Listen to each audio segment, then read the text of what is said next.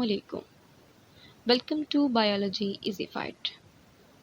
आज का जो हमारा टॉपिक है वो है mitotic cell division from Miller and Harley zoology.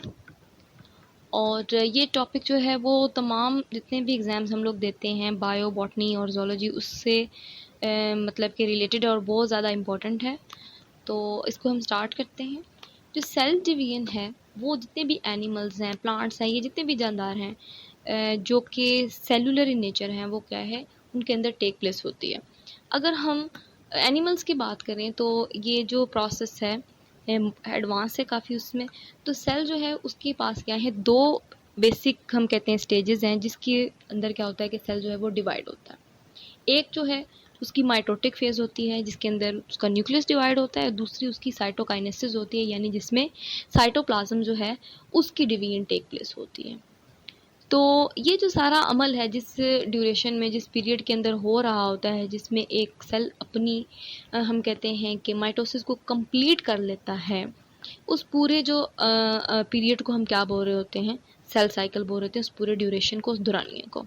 अब सेल साइकिल जो है इसके अंदर कुछ फेजेस आ रही होती हैं। जैसे कि हम कहते हैं कि दो मेन फेजेस हैं इसकी, एक होती है इंटरफेज और एक होती है माइटोटिक फेज। दो फेजेस को हम लेके चल रहे होते हैं। जो इंटरफेज है वो हमारे पास फर्दर जो है सब फेजेस के अंदर डिवाइडेड है, जिसमें G1 S और G2 फेज है and some time G0 phase भी आ जाती है। अच्छा, G1 फेज जो है ये फर्स्ट ग्रोथ या गैप फेज है, जिसमें क्या होता है कि हमारे पास जो सेल होता है वो उसमें extensive metabolic activities take place हो रही होती हैं, क्योंकि उस टाइम सेल डिवीजन का जो प्रोसेस होता है वो नज़र तो नहीं आ रहा होता लेकिन वो स्टार्ट हो चुका हुआ होता है। तो एंजाइम्स वगैरह की सिंथेसिस हो रही होती है जिसने फर्दर रेप्लिकेशन वगैरह में हेल्प करनी होती है in S phase, and accumulation of basis हो रही होती है क्योंकि नेक्स्ट फेज़ में क्या होना होता है, हमारे पास डीएनए रेप्लिकेट करना होता है। और इसी ड्यूरेशन में जब चीज़ें हमारे पास सिंथेसाइज हो रही हैं तो सेल का साइज़ भी क्या हो रहा होता है, इंक्रीज़ हो रहा होता है। तो G1 फेज़ जो है वो हमारे पास अर्ली ग्रोथ फेज़ है। अब ड्यूरिंग एस फेज़ हमारे पास क्या होता है, सिंथेसिस होती है, किसकी, डीएनए की सिंथेसिस होती है। इस प्रोसेस को हम रेप्लिकेशन कहते हैं। और फिर आ जाती है G0 फेज़ जिसे हम सेकंड ग्रोथ फेज़ या गैप कहते हैं। इस फेज़ में क्या होता है कि सेल जो होता है वो डिवीजन के लिए रेडी हो गया होता है। लाइक उस ड्यूरेशन में हमारे पास जो ऑर्गेनेल्स वगैरह होती हैं वो भी डुप्लीकेट हो चुकी हुई होती हैं, रेप्लिकेट हो रही होती हैं, और एनर्जी स्टोरेज वगैरह जो है वो टेक प्लेस हो रहा होता है। यानी सेल जो है इस टाइम अब क्या है, रेडी टू डिवाइड है। नेक्स्ट इज कि एम फेज़ जो होती है जिसे हम माइटोटिक फेज़ कहते हैं, ये अब इंक्लूड करती है event associated with the partitioning, कि अब जो सेल है उसकी क्या हो जानी है, पार्टीशन हो जानी है।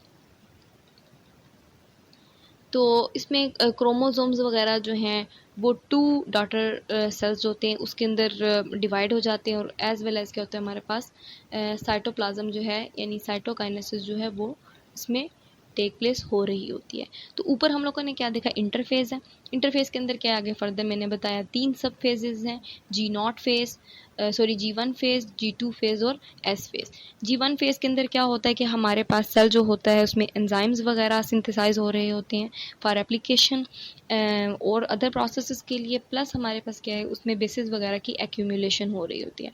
सेकंड स्टेप सिंथेसिस का है जिसके अंदर क्या होता है, हमारे पास जो डीएनए होता है वो रेप्लिकेट करता है, और जो थर्ड स्टेप है उसमें हमारे पास क्या होता है, सेल जो होता है वो रेडी हो रहा होता है फॉर डिवीजन, और उसके अंदर जो है वो ऑर्गेनल्स वगैरह जो होती हैं वो डिवाइड होना स्टार्ट हो जाती हैं। अब यहाँ से अगर देखा जाए तो इंटरफेस आ जाता है। तो इंटरफेस क्या है कि जिसके अंदर हेरिडिटरी मटेरियल जो है वो रेप्लिकेट करेगा। यानी क्या है, हेरिडिटरी मटेरियल इंटरफेस के अंदर, अब वो पीछे हम लोगों ने देखा एस फेज़ है, उसको हम थोड़ा डीपली पढ़ेंगे कि इंटरफेस जो है इसमें इंक्लूड है G1 S और G2 फेज़ आता है। टिपिकली जो है 90% जो सेल का साइकिल जो होता है वो इस पर हम कहते हैं कि डिपेंड कर रहा होता है। लाइक 90% में अगर हम बात करें एक दिन की या 24 घंटों की, तो उसमें से 23.5 जो हमारे पास आवर्स का टाइम होगा वो सेल साइकिल के इंटरफेस का होगा, और 30 मिनट्स जो होंगे वो जो है सेल की माइटोसिस जो है उसमें हो रहे होंगे सब। तो ये पीरियड है during which normal activities of the cell तो टेक प्लेस हो रही होती हैं, और इस स्टेज पे क्या होता है कि सेल डिवीजन जो होती है वो सेट हो जाती है, डीएनए की रेप्लिकेशन कंप्लीट हो जाती है, और during the time of S phase of interphase. Before cell divide करे तो क्या होता है, exact copy of the DNA बनाई जाती है। इस अमल को हम क्या कहते हैं, रेप्लिकेशन कहते हैं। अब इसमें क्या डबल स्टैंडर्ड डीएनए की फॉर्मेशन जो है वो मतलब हम कहते हैं डुप्लीकेशन उसकी होगी। रेप्लिकेशन जो है वो किस लिए ज़रूरी है, वो एसेंशियल है कि हर डॉटर सेल जो है वो सेम जेनेटिक मटेरियल का जो है वो रिसीव करे। इसके रिजल्ट में क्या होता है कि सिस्टर क्रोमैटिड्स की फॉर्मेशन होती है। ठीक है, इसको मैं थोड़ा अच्छे से एक्सप्लेन करना पसंद करूँगी। Like if you are looking this, तो आपने ये वाला जो एक इसका हिस्सा है ये क्रोमोसोम है, एक पार्ट जो है ये क्रोमोसोम है जिसके अंदर सारा डीएनए क्या है, कंडेंस हुआ हुआ है। जब रेप्लिकेशन होगी तो सेम टू सेम ऐसा ही एक और पार्ट बनेगा जो अब इसका ये क्या है, सिस्टर क्रोमैटिड है। Now it has been duplicated. ठीक है, तो वन क्रोमोसोम जो है वो डुप्लीकेट हो गया, और अब वो दोनों जो हैं वो अटैच हुए हुए हैं एक दूसरे के साथ थ्रू सेंट्रोमेर। अब ये हमारे पास 220 न्यूक्लियोटाइड का एक सीक्वेंस है जिसके थ्रू क्या होता है, ये दोनों आपस में अटैच हुए हुए हैं, और प्रोटीन जो होती है जिसके साथ ये वहाँ पर मौजूद होती है, हम कहते हैं कि उसको हम क्या कहते हैं, काइनेटोकोर कहते हैं, जहाँ पर बाद में काइनेटोकोर फाइबर्स ने आके अटैच होना है। तो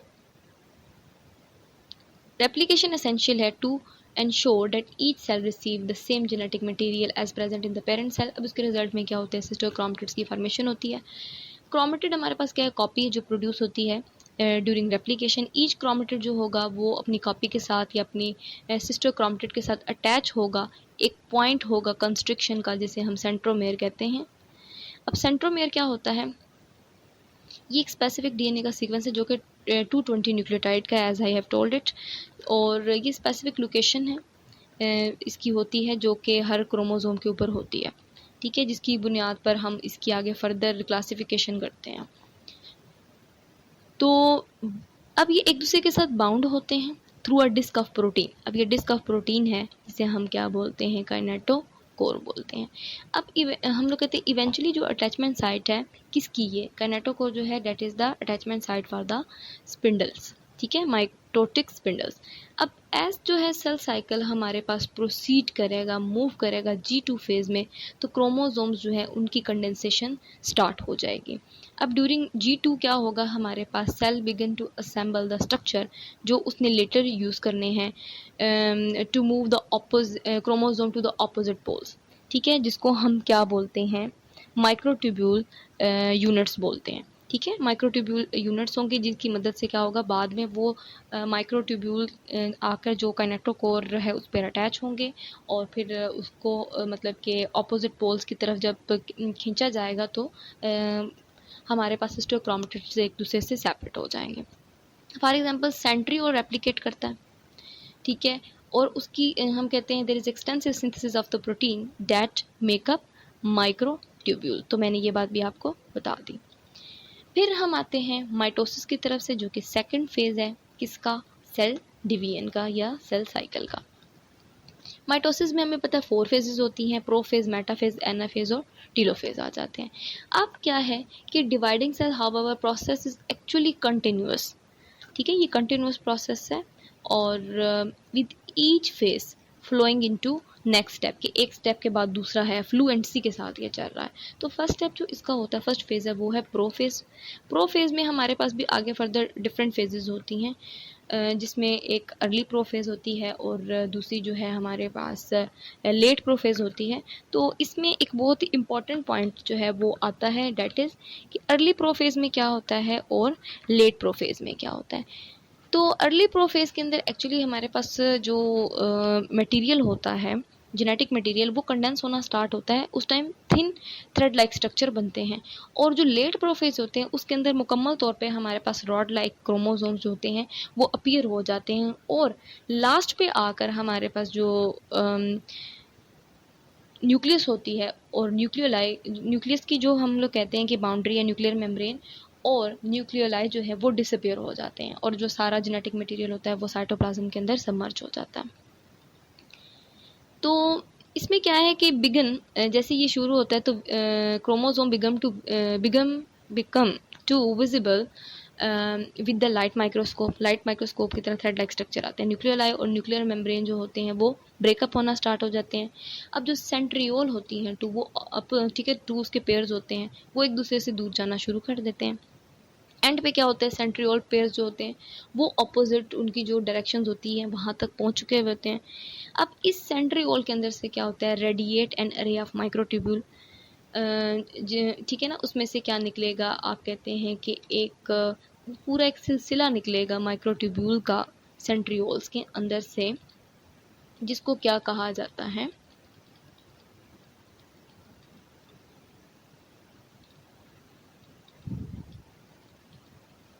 एस्टर कहा जाता है जी। एस्टर यानी कि स्टार की तरह, जैसे स्टार के अंदर से हमें शाइन निकलती नज़र आ रही होती है। यहाँ पे अब ये ब्रेस करता है each centriole against the plasma membrane. Brace का मतलब यानी ये उसको टाइट करके वहाँ पे बांध देगा। तो जो एस्टर है, सेंट्रियोल है, उसमें से हम लोग कहते हैं कि क्या निकलता है, अरे निकलता है, ठीक है ना, माइक्रोट्यूब्यूल का। और उसके अलावा क्या है कि वो ब्रेस करेगा सेंट्रियोल को प्लाज्मा मेम्ब्रेन के अगेंस्ट, ताकि वहाँ से जब माइक्रोट्यूब्यूल अटैच हो टू द काइनेटोकोर तो वो वहाँ पर एक अच्छी बॉन्डिंग बन सके। अब सेंट्रियोल माइक्रोट्यूब्यूल जो है वो स्पिंडल ऑफ फाइबर्स जो है एक्सटेंड फ्रॉम पोल टू पोल, अब वो पोल्स की तरफ जाएंगे। ठीक हो गया। तो एस्टर, स्पिंडल, सेंट्रियोल और माइक्रोट्यूब्यूल को हम कलेक्टिवली क्या कहते हैं, माइटोटिक स्पिंडल कहते हैं। ठीक है, ये पूछा जा सकता है कि माइटोटिक स्पिंडल या माइटोटिक अपरेटस के अंदर क्या क्या चीज़ें आती हैं। तो इसके अंदर हमारे पास स्पिंडल आते हैं, एस्टर्स आते हैं, सेंट्रियोल्स आते हैं और माइक्रोट्यूब्यूल्स आते हैं। इन सबको हम कलेक्टिवली माइटोटिक स्पिंडल कहते हैं। फिर जो है ये काइनेटोकोर माइक्रोट्यूब्यूल कनेक्ट होते हैं ईच सिस्टर क्रोमेटिड के साथ to the poles of the spindle. तो वो स्पिंडल के साथ क्या हो जाते हैं, हमने पहले ही बात की कि जो डिस्क ऑफ प्रोटीन होती है उसके ऊपर आके वो अटैच हो जाते हैं। अब डिवाइडिंग सेल जो होगा वो मूव करेगा towards the next phase, that is metaphase. Prophase के बाद कौन सा फेज आया, मेटाफेज। पहले हमारे पास क्या हुआ कि प्रोफेज के अंदर जो क्रोमोसोम है स्टार्टिंग वाली में वो अपीयर हुए, फिर वो क्या हुआ, मुकम्मल तौर पे अपीयर हुए, और उनके साथ जो एस्टर है, जो माइटोटिक अपरेटस है, उसकी क्या होगी, सेटलमेंट होगी। अब मेटाफेज है तो मेटाफेज के अंदर क्या होगा कि जो क्रोमोसोम है वो जाके सेंटर जो होगा, इक्वाटोरियल प्लेट जो होगा उसके ऊपर क्या होगा, सब कुछ जाके वो अरेंज हो जाएगा। तो मेटाफेज में क्या होगा, जो क्रोमेटिड्स हैं, रेप्लिकेटेड क्रोमोसोम, वो अलाइन करना स्टार्ट कर देंगे सेंटर ऑफ द सेल में, तो along with the spindle apparatus. अब toward the end of the metaphase the centromere divide. अब सेंट्रोमियर्स जो थे वो क्या होंगे, डिवाइड हो जाएंगे। पहले सिंगल थे जिसके साथ दोनों अटैच थे, अब क्या होंगे, सेंट्रोमेयर जो कि 220 न्यूक्लियोटाइड का सीक्वेंस था वो डिवाइड करेगा। अब दोनों जो सिस्टर क्रोमेटिड्स होंगे इस फेज पे आके वो एक दूसरे से डिटैच हो जाएंगे। यहाँ पे क्या है कि क्रोमैटिन जो है वो एक दूसरे के साथ हम कहते हैं remain align next to each other. After centromere divide the sister chromatids are consider full fledged chromosome. जब हमारे पास सेंट्रोमियर डिवाइड हो जाता है, ठीक है, तब हमारे पास क्या होता है, हम कहते हैं कि दो क्रोमोसोम्स जो हैं वो अब फुल फ्लैज जो है वो रेप्लिकेटेड हो चुके हैं, और इसको हम अब डॉटर क्रोमोसोम्स कहेंगे। इसके बाद जो है मेटाफेज के बाद नेक्स्ट फेज इज एनाफेज।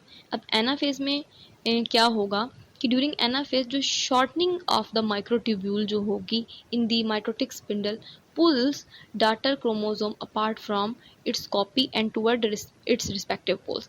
अब शॉर्टनिंग होगी यानी जो माइक्रोट्यूब्यूल है उसका जो साइज़ है वो छोटा होना शुरू होगा, जिसकी वजह से हम कहते हैं कि खिंचाव बनेगा, और माइटोटिक स्पिंडल्स जो है वो पुल करेंगे डाटर क्रोमोसोम को उनके ऑपोजिट जो पोल्स होंगे उनकी जानिब। अब एनाफेज जो है उसके एंड पे क्या होगा कि जितने भी हमारे पास क्रोमोसोम्स होंगे वो क्या होंगे, अपोजिट पोल्स पर पुल हो चुके हुए होंगे। फिर आ जाती है टीलोफेज। टीलोफेज के अंदर क्या होगा, रीऑर्गेनाइजेशन होगी न्यूक्लियर मेम्ब्रेन की, और न्यूक्लियोलाई जो है वो रीअपेयर्स होंगे। तो अब once daughter chromosome arrive at the opposite poles of the cell, उस फेज को हम क्या कहेंगे, टीलोफेज कहेंगे। अब इस फेज के दौरान माइटोटिक स्पिंडल्स जो थे, जो पहले हमारे पास रोल प्ले कर रहे थे पुलिंग का, अब वो क्या हो जाएंगे, डिसअसेंबल हो जाएंगे। न्यूक्लियर एनवेलप जो होगी उसकी फॉर्मेशन अगेन होगी set of chromosome around each set of chromosome, और जो बिगन टू अनकॉइल होंगे for gene expression, and nucleolus जो होगा वो रिसिंथेसाइज होगा। अब सेल जो होगा वो बिगन होगा to pinch in the middle, mitosis is over, cell division is not. इसका मतलब ये है कि अभी सिर्फ माइटोसिस ओवर हुई है, सेल डिवीजन कंप्लीट नहीं हुई, क्योंकि इसका एक फेज जिसे हम साइटोकाइनेसिस कहते हैं यानी साइटोप्लाज्म की जो डिवीजन है वो अभी भी बाकी है। तो जो साइटोकाइनेसिस है इसमें पार्टीशनिंग आ जाती है, साइटोप्लाज्म की फाइनल फेज है सेल डिवीजन की साइटोकाइनेसिस। इसमें हमारे पास क्या होगा, साइटोप्लाज्म जो है वो डिवाइड करेगा। अब साइटोकाइनेसिस जो होती है वो यूजुअली स्टार्ट होती है some time during the anaphase और अर्ली हम लोग कहते हैं टीलोफेज में। अब यहाँ पे एक बेल्ट की फॉर्मेशन होगी of microfilament called contractile ring, जो कि प्लाज्मा मेम्ब्रेन को पिंच करेगी, जिसकी वजह से क्लीवेज फरो बनेगी, और फरो जो होगी वो डीपन होती जाएगी। टू न्यू जेनेटिकली आइडेंटिकल जो सेल्स होंगी उनकी फॉर्मेशन जो होगी वो टेक प्लेस होगी। आई होप आपको ये मेरी काविश पसंद आएगी। Like, subscribe and share with your friends. Thank you.